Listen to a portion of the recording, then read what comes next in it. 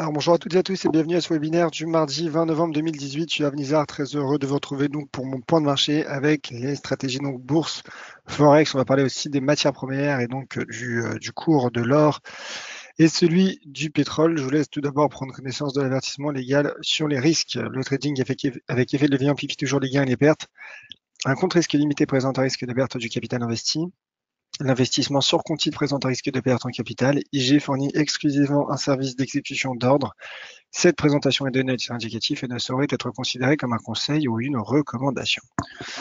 Voilà, donc n'hésitez pas aussi à me poser toutes vos questions et à réagir sur le chat, me dire ce que vous pensez des stratégies qui seront, des configurations, des stratégies qui seront données aujourd'hui. N'hésitez pas à me donner votre avis et donc à me poser toutes vos questions.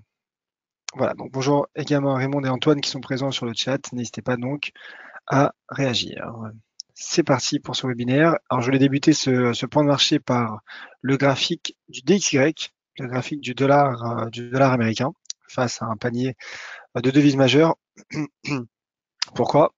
Car en effet, il y a un phénomène technique assez intéressant. Le cours a rebondi sur un double niveau de support, donc composé d'une part de cette droite de tendance haussière partant de ce creux du 20 septembre, et d'autre part donc de ce seuil horizontal, vous voyez, ancienne résistance, qui correspond donc au sommet du 4, 5, 6 octobre. Et ce seuil donc qui correspond à présent à un niveau de support depuis la fin du mois d'octobre. Et qui coïncide donc avec cette droite de tendance. Je vais zoomer le graphique pour peut-être que ça puisse être plus clair pour vous.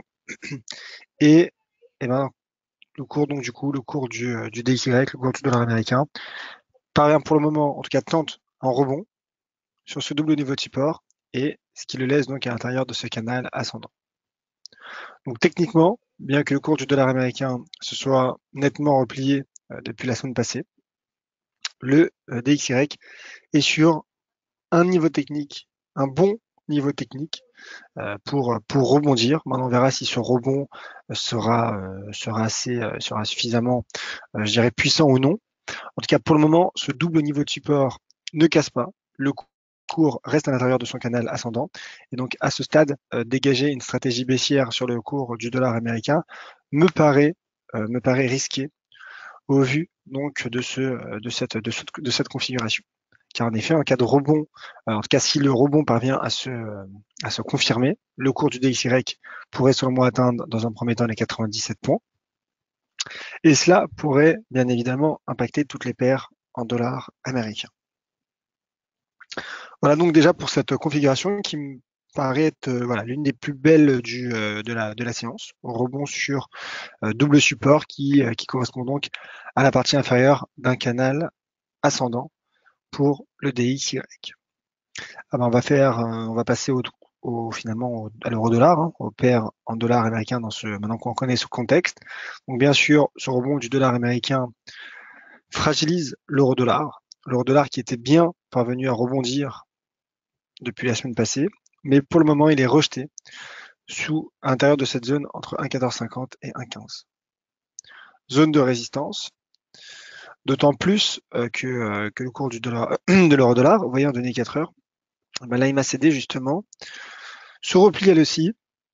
Alors, ce n'est pas seulement un repli, c'est surtout qu'elle teste à présent la ligne de signal. Elle s'en rapproche fortement. Vous voyez, l'histogramme diminue. Et donc là, en effet, en cas de croisement à la baisse de la ligne de signal, cela pourrait être un premier avertissement, je dirais, de l'euro-dollar. Je disais premier avertissement, je pense qu'on a déjà eu le premier avertissement avec ce repli pour le moment sous cette zone de résistance qui est conjugué, qui coïncide plutôt avec le rebond du dollar américain sur la partie inférieure de son canal ascendant. Donc, attention à l'euro-dollar. Là également, de manière parallèle finalement à ce que j'évoquais sur le DXY, je pense qu'en termes de timing, dégager une stratégie haussière tout de suite sur le taux de change euro-dollar serait selon moi risqué, en tout cas du point de vue de l'analyse technique.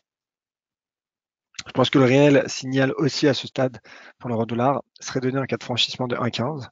Pour le moment, le cours, vous voyez, se replie sous la partie, finalement la première borne hein, de cette zone de résistance à 1,1450. Et donc là, en effet, prudence au risque donc de repli du taux de change euro-dollar et attention également à la MACD. Juste simplement pour être complet sur le taux de change euro-dollar, je vais simplement vous montrer ce graphique hebdomadaire. Parce que c'est vrai qu'en données hebdomadaires, on peut avoir une analyse peut-être un peu plus nuancée. Alors j'ai mon graphique déjà prêt, je vous le montre de suite. Voilà, c'est vrai qu'en données hebdomadaires, bah, vous voyez, il y a un marteau qui a pris forme la semaine passée sur ce support à 1,13 qui aura finalement tenu d'ailleurs, bien qu'il était mal embarqué en début de semaine, en début de semaine dernière. Marteau, en tout cas une bougie qui ressemble à un marteau, car le corps n'est pas 2 fois plus petit que l'étendue de la bougie. Mais voilà, avec ce marteau, c'est vrai, encore une fois, que l'on peut s'attendre à une reprise, une relance du taux de change euro-dollar. Maintenant, regardez où il se situe. Je parlais tout à l'heure en données 4 heures de la zone de résistance entre 1,1450 et 1,15. Et maintenant, le graphique hebdomadaire nous donne une résistance à 1,1510, donc qui correspond finalement avec la zone qui est en train de tester le taux de change euro-dollar. Et donc, cela correspond finalement à ce que je disais il y a un instant. C'est-à-dire que là, je pense que le signal technique haussier serait donné en cas de franchissement de cette zone de résistance, auquel cas, bien sûr, le taux de change euro-dollar pourrait se diriger vers 1,1767, qui est donc la partie supérieure, finalement la résistance qui couvre le cours en données hebdomadaires depuis la semaine du 21 mai dernier. Donc c'est vrai que la configuration est intéressante sur l'euro-dollar en attente finalement de signal, mais pour le moment, il est sous résistance. Le GBP-USD aussi, qui lui propose une configuration intéressante. Pourquoi?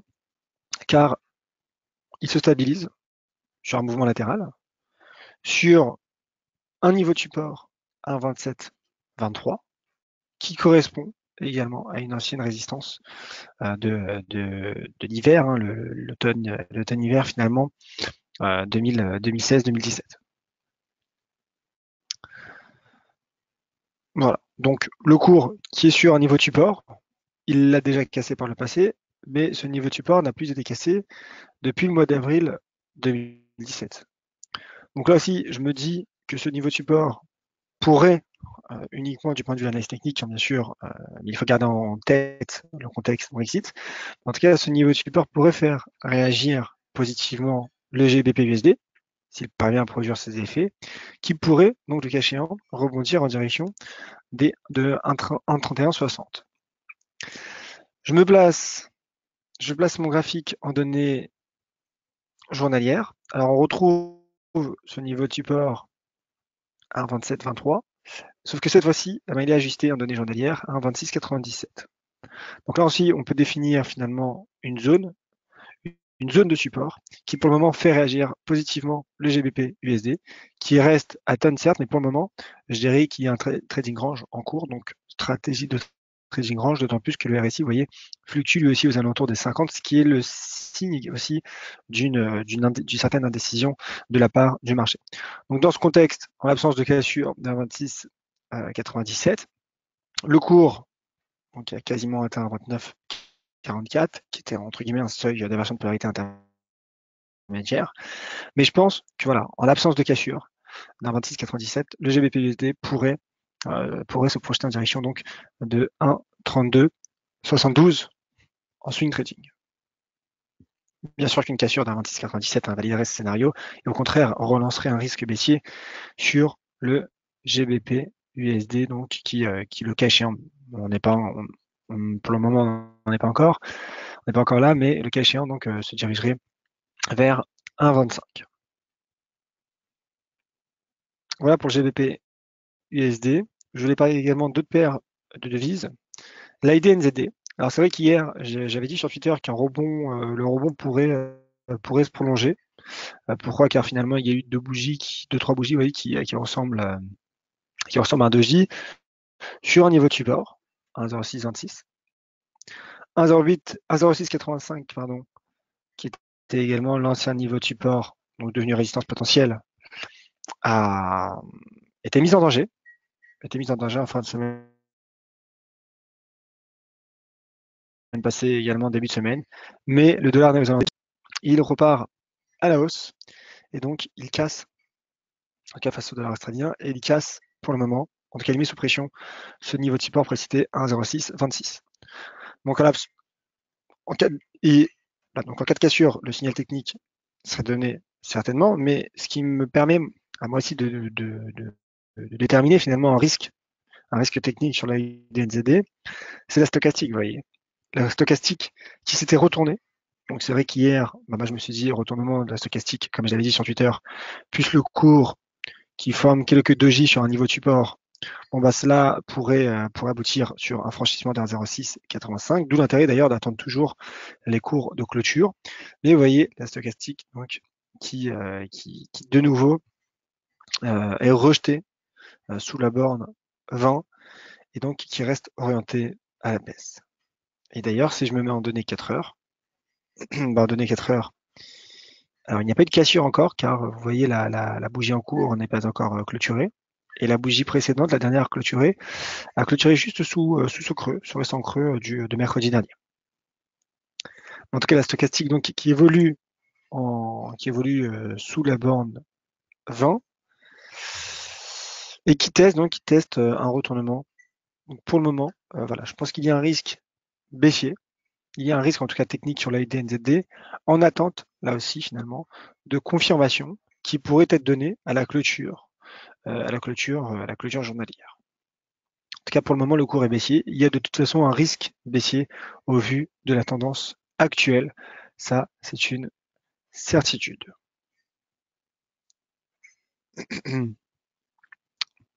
Alors là, il y a quelques questions et des commentaires sur le chat. Je vais y revenir un peu plus tard. Je voulais simplement vous faire part des configurations qu'il faut surveiller selon moi ce jour, de mes stratégies donc. Alors, je voulais parler aussi du WTI. Je fais une petite parenthèse WTI, car sur Twitter, j'avais promis que j'allais en parler. Donc le WTI, là aussi, qui vous voyez, bon, la tendance baissière, c'est un secret pour personne, depuis l'entame du mois d'octobre. Il y a un rebond sur un niveau de support qui soutient le cours depuis la séance du 20 novembre 2017. Bah, tout juste un an d'ailleurs. Niveau de support à 55,77, donc c'est vrai que c'est intéressant. Vous voyez, niveau de support qui part date d'anniversaire de ce niveau de support en quelque sorte. Donc le cours qui pour le moment, là aussi, ne relance pas encore son risque baissier. Risque baissier donc qui serait donné en cas de cassure de 55,77. Auquel cas le cours tomberait vers 52,50. J'avais parlé la semaine passée à l'intérieur d'un article qui a été paru qui a été mis en ligne sur le site dailyfx.fr de ce potentiel double creux qui n'est pas validé car le cours du RSI, le RSI, vous voyez, n'a pas franchi cette ligne de coup à 26, 27. C'est vrai que j'aurais bien aimé, en tout cas le RSI franchisse la borne 30, ce qui aurait donc d'une part enclenché un double creux, figure de retournement à la hausse, que l'on peut pratiquer également sur l'indicateur RSI. Et d'autre part, le fait de passer au-dessus de la bande 30 est généralement un signe positif pour un cours de bourse. D'autant plus que le cours est sur le cours du pétrole du WTI sur des niveaux de support. Donc là, pour le moment, il n'y en a pas. Le cours reste résilient. Alors, est-ce que je dois dégager une stratégie baissière? Pourquoi pas? En tout cas, tout dépend du timing. À ce stade, moi, je ne la dégage pas. En revanche, en cas de cassure de 55,77, là, ce serait une stratégie baissière qui prendrait forme avec pour cible à court terme 52,50 $ pour le cours du WTI. L'euro NZD, j'ai parlé un peu plus tôt du dollar néerlandais. L'euro NZD, qui était la stratégie donc de la semaine passée, stratégie baissière qui a été donnée lundi dernier, qui aura donc fonctionné puisque le cours a atteint cette zone de support entre 1,6522 et 1,6577. Maintenant, le cours rebondit suite à un doji, comme je l'ai dit hier, j'en ai parlé. Il teste toujours 1,6784. Vous voyez d'ailleurs premier rejet de 1,6784. Et là, je fais un parallèle avec ce que je viens de dire sur le cours du WTI, surtout sur le RSI en fait. Le RSI. C'est-à-dire que là aussi le RSI, au même titre que le cours, Il est rejeté sous sa résistance, entre guillemets, sa résistance donc, qui correspond à la borne 30, qui est une résistance technique, car on voit que la borne 30 a soutenu à plusieurs reprises par le passé le RSI. Et maintenant, donc, cette ancien support joue un rôle de résistance potentielle. Là, je parle de résistance de RSI, pour que ce soit bien clair, à 30. Et encore une fois, il y a aussi la borne 30 qui est un seuil majeur dans l'indicateur RSI. Donc pour le moment, qui repousse le RSI au même titre que le cours est repoussé par 1,6784. Donc bien qu'encore une fois, comme je disais hier, je pense que l'euro NZD pourrait rebondir sur cette zone de support qui est formée depuis l'entame de l'année 2018. Alors pour le moment, là aussi, il y a quelques obstacles qui m'empêchent en tout cas qui nuancent un peu ce potentiel, je dirais. Donc c'est-à-dire oui, à terme, je pense qu'il y a toujours ce potentiel de relance. Maintenant, pour du court terme, techniquement, en tout cas selon l'analyse technique que je propose, le franchissement d'un 67,84 qui est un seuil de support, un niveau de support apparent en données hebdomadaires, serait donc, en cas de franchissement donc de ce seuil, je pense qu'il y aurait un signal technique haussier sur l'euro NZD qui serait a priori, qui serait sans doute accompagné par le signal donné par le RSI, un cas de franchissement de la borne 30. Voilà, peut-être encore un ou deux actifs avant de passer aux éventuelles questions. Ah oui, je vais parler de l'euro 4 parce que j'en ai parlé hier dans la stratégie de la semaine. Alors, vous voyez, hier, je parlais justement du seuil à 1,1542, le cours qui est retombé sur ce seuil, et un pullback pourrait prendre forme. Un pullback pourrait prendre forme, car en effet, un cas de pullback sur 1,50, 42, s'il parvient à se confirmer, le cours reprendrait à court terme la direction des 1,50, 33, qui est donc la résistance majeure au final sur le taux de change EuroCAD. Dernière peut-être configuration. Alors, j'ai pas parlé des indices européens, je vais en parler dans un instant, mais juste je voulais parler d'abord du Bitcoin, simplement pour dire qu'à l'image des autres crypto-monnaies, le Bitcoin s'enfonce après avoir cassé donc la semaine passée cette zone de support entre 6185 et 5864 $. Et donc le cours, en effet, qui cette fois-ci accentue sa baisse. Et hier, justement, j'avais donné lors du live spécial crypto-monnaie, live hebdomadaire à retrouver chaque lundi à 13h sur DailyFX. J'avais dit donc que, en effet, le cours était exposé à un risque baissier, avec notamment des objectifs de cours à ce stade à 3575 $ et 2931 $, qui pourraient être en effet des niveaux qui seraient donc attrayants pour le cours du Bitcoin, qui tout simplement s'enfonce et est en train de passer sous 4400 $.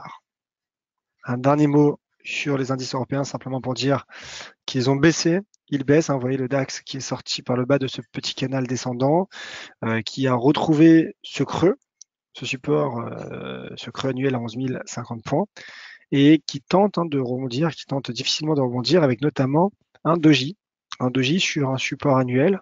Cela pourrait donner un rebond. On verra. Pour le moment, en tout cas, le cours reste sous pression, au même titre donc que le support à 11 050 points. D'ailleurs, la MACD est également orientée à la baisse. Le CAC 40 à présent. Le CAC 40 lui aussi, qui poursuit sa baisse, mais lui, à la différence du DAX, qui n'a pas encore atteint son creux annuel à 4900 points. Par contre, regardez, le RSI qui a cassé une oblique haussière et qui rentre casser la borne 30. Donc là, en effet, je pense qu'il reste encore un peu de marge pour le cours du CAC 40 avant qu'il rejoigne donc ce creux à 4900 points. Donc les marchés européens orientés à la baisse, mais qui se rapprochent donc de niveaux de support annuel. Et enfin, simplement parce que je suis sur les indices européens, un dernier mot sur le FTSE. Le FTSE, lui, qui sort pour le moment, alors, encore une fois, la bougie en cours n'est pas encore clôturée, mais pour le moment, il y a une sortie vers le bas d'un canal ascendant, un canal très court terme, sous cette oblique baissière qui part du 3 octobre dernier. Mais le FTSE donc qui pourrait donc se rapprocher des 6900 points s'il parvient à poursuivre sa baisse. Et ben voilà, on va passer aux questions. Merci d'ailleurs d'être nombreux en direct à ce webinaire. Alors Antoine, donc apparemment ce matin il y a eu un petit souci lors du webinaire de Valentin. Alors je ne suis pas au courant, je vais me renseigner. Parfois en effet il y a quelques problèmes avec la plateforme de webinaire, hein, comme la semaine passée avec le problème de son qu'a rencontré Valentin. Donc ça peut arriver. Je vais voir donc si j'espère que si sa vidéo est en ligne. Donc de toute façon vous serez au courant je pense par Twitter. Alors, question. Alors, je n'ai pas le nom de la personne qui pose la question, mais ce n'est pas grave. Savez-vous pourquoi on retrace les niveaux de Fibonacci et parfois non? Alors, c'est simple. Bah, déjà, libre à chacun de les exploiter ou non. Là, en l'occurrence, sur ce graphique du FTSE, j'ai les Fibonacci. Ce que permettent les Fibonacci, c'est d'avoir des niveaux de support à résistance potentiels. Et ils permettent donc de constater les niveaux de retracement, donc définis par cet indicateur, donc en l'occurrence à 23,6, 38,2, 61,8 et il y en a un autre donc à 76,40. Bien sûr avec le seuil de retracement à 50 hein, qui reste symbolique. Donc libre à chacun finalement de l'exploiter sur la tendance qu'il le souhaite. Moi j'ai voulu j'ai voulu justement regarder les niveaux entre analyser les niveaux de Fibonacci entre ce sommet du 22 mai et ce creux du 26 octobre.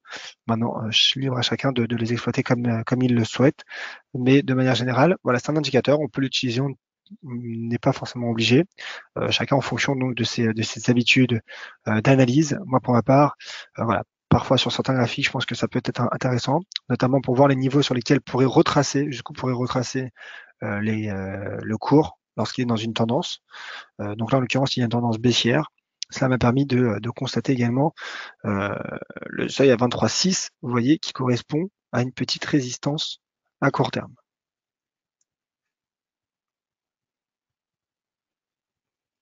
Je poursuis avec les questions.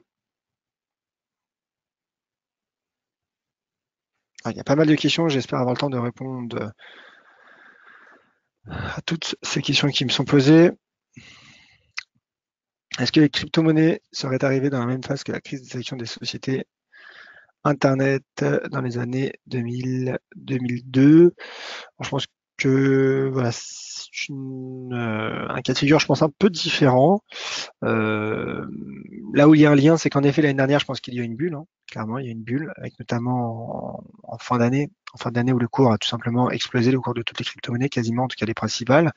Regardez, hein, le cours du Bitcoin qui était passé, qui était passé de fin novembre de 8360 à mi-décembre, donc à mi-décembre, à 20 000 dollars, quasiment.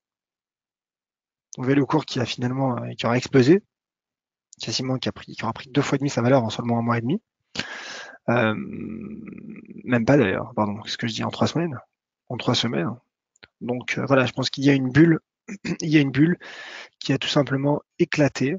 Et encore une fois, sur les 6 derniers mois, on était plutôt sur une phase latérale, une phase non directionnelle. Mais là, depuis le milieu de semaine dernière, le cours qui semble avoir choisi sa direction et qui a cassé donc cette zone de support.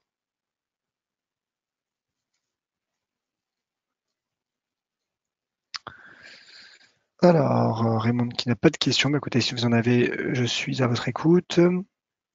Rémi, sur 2 paires de devises, salut Yoaf, potentiel baissier de l'AUD yen et NZD yen, me demande Rémi. Alors, on regarde ça. Alors, l'AUD yen, j'ai graphique sous la main.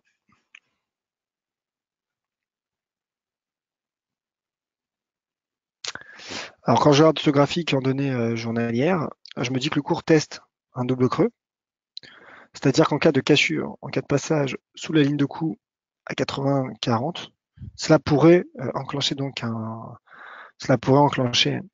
double creux et donc un risque baissier. Donc là, pour le moment, moi, ce que je vois sur ce graphique journalier, pas encore de risque baissier puisque le cours est encore sur sa ligne de coup.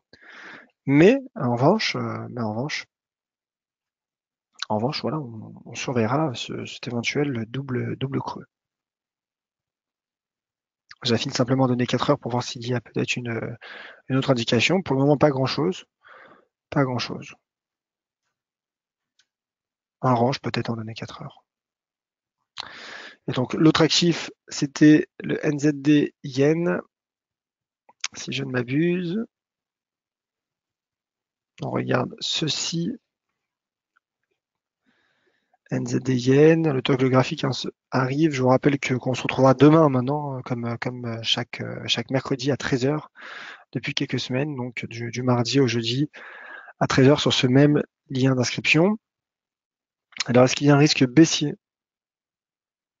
Pardon, là, c'est NZD USD, je vous prie de m'excuser.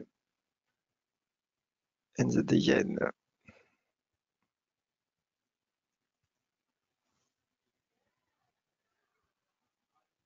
Voilà, je pense que c'est mieux.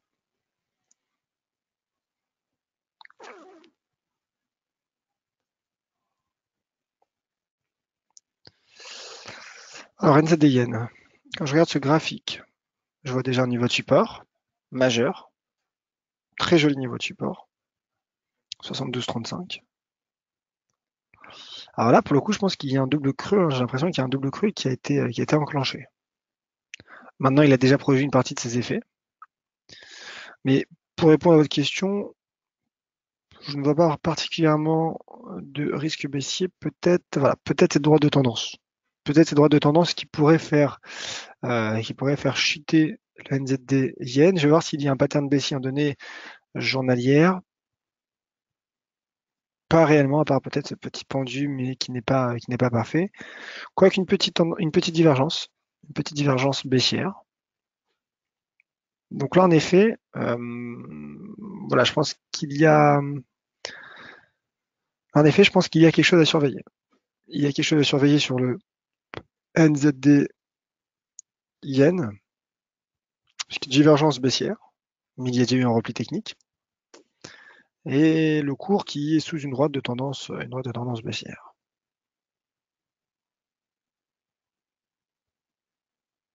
Donné 4 heures, pas grand chose d'autre. En tout cas, voilà, à surveiller, car en cas de reprise baissière, bon, bah là, sur du très court terme, le seuil à 72,27 pourrait être retrouvé par le taux de change, au même titre que 75,55 en cas de poursuite donc de ce repli.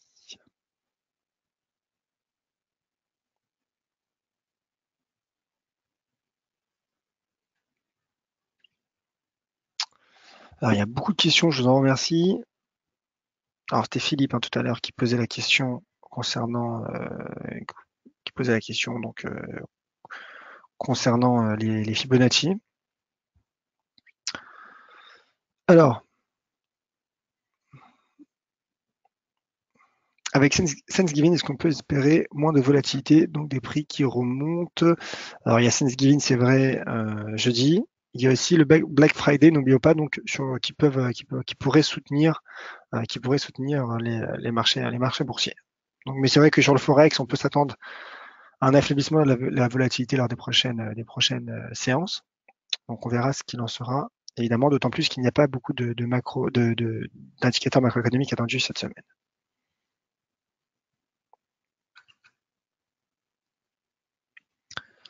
Alors Antoine, 13h c'est idéal pour ces émissions, dommage que celle du lundi ne soit pas aussi à 13h. Alors lundi à 13h, il y a les crypto-monnaies. Voilà. Nasdaq très violemment attaqué. Avez-vous un niveau de support à long terme? Alors j'en ai même un à court terme puisque je regardais le graphique juste avant ce webinaire, on va dire. Le voici. Bah, à court terme, c'est surtout ce récent creux, hein. C'est surtout ce récent creux qui, pour le moment, soutient, enfin, qui est en train de tester plutôt le cours du Nasdaq. Donc là, c'est vrai qu'il est passé sous ses récents bodies, ce récent corps. Maintenant, il y a aussi ce creux du 29 octobre. 29 octobre qui n'est pas encore testé, mais dont le cours se rapproche. Maintenant, concernant un niveau de support sur du long terme, bah, je vais vous en donner un. je vous mets simplement mon graphique en données hebdomadaires, mais c'est vrai que là, le cours est clairement attaqué, hein. Il est bien parti pour clôturer une 6e semaine de baisse sur les 8 dernières.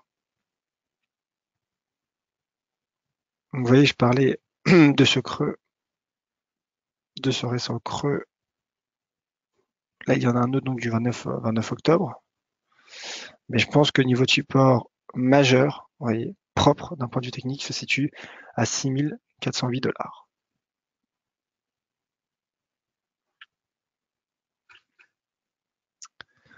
Une autre question sur le Bitcoin.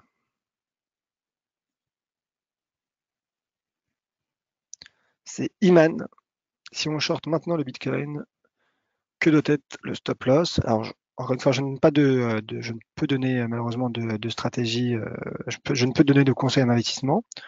En revanche, ce que je peux vous dire sur le cours du Bitcoin, pour y revenir rapidement, c'est que là, il y a un risque baissier. En termes de timing, c'est vrai que dégager une stratégie baissière tout de suite, bon, bah, cela me paraîtrait peut-être pas optimal d'un point de vue R3, car je pense que le point idéal pour, pour du moins protéger une stratégie baissière aurait été cet ancien support devenu résistance à 5 864 $. Dans le cours, on est écarté, donc en termes de ratio R3, cela risque de ne pas être optimal. Mais il y a un risque baissier qui a été relancé notamment avec la cassure, vous voyez, des 4924 points. C'est pour des niveaux court terme que j'avais tracés donc hier. Donc il y a voilà cet ancien, finalement ce sommet du 1er septembre 2017 qui vient d'être cassé, qui a été cassé hier. Donc le cours là qui pourrait selon moi en effet poursuivre sa baisse en direction des 3225 $. Voilà. Il y a aussi ce niveau à surveiller, mais c'est vrai que je pense que la résistance parfaite aurait été l'ancien support à 5864 $. On a tardé, hein, Lydia, 13h34. Alors peut-être, je vais voir s'il y a peut-être une dernière question. Ouais, certains auditeurs donc, qui ont la même configuration sur le Bitcoin.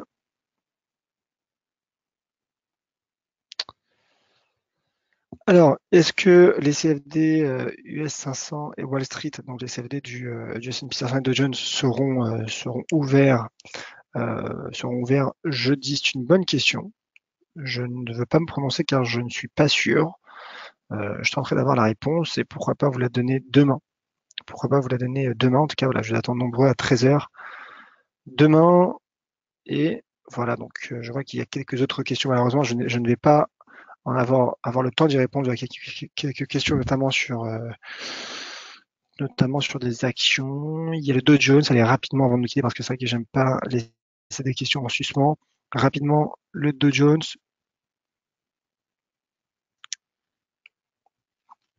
Voici mon graphique. C'est Louis qui demande. Bah aussi, le Dow Jones est attaqué, hein, pour reprendre l'expression de la personne qui l'évoquait il y a quelques instants. Donc c'est vrai que le cours du Dow Jones finalement met sous pression ces niveaux de support.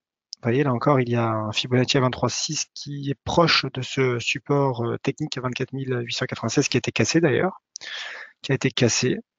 Et donc là aussi, je pense qu'il y a un risque baissier. Peut-être que celui-ci serait confirmé en cas de cassure des 23,6% de retracement de Fibonacci de toute cette baisse, donc à 24 788 points. Maintenant, voilà, je pense que voilà, il y a un risque baissier qui pourrait être relancé donc avec cette cassure, cette éventuelle cassure, d'autant plus que le récit lui aussi est en train de tester la borne 30. Donc risque baissier qui pourrait reconduire le Dow Jones en direction des 24 440 points. Et voilà, merci à toutes et à tous d'avoir été nombreux en webinaire et sur le chat.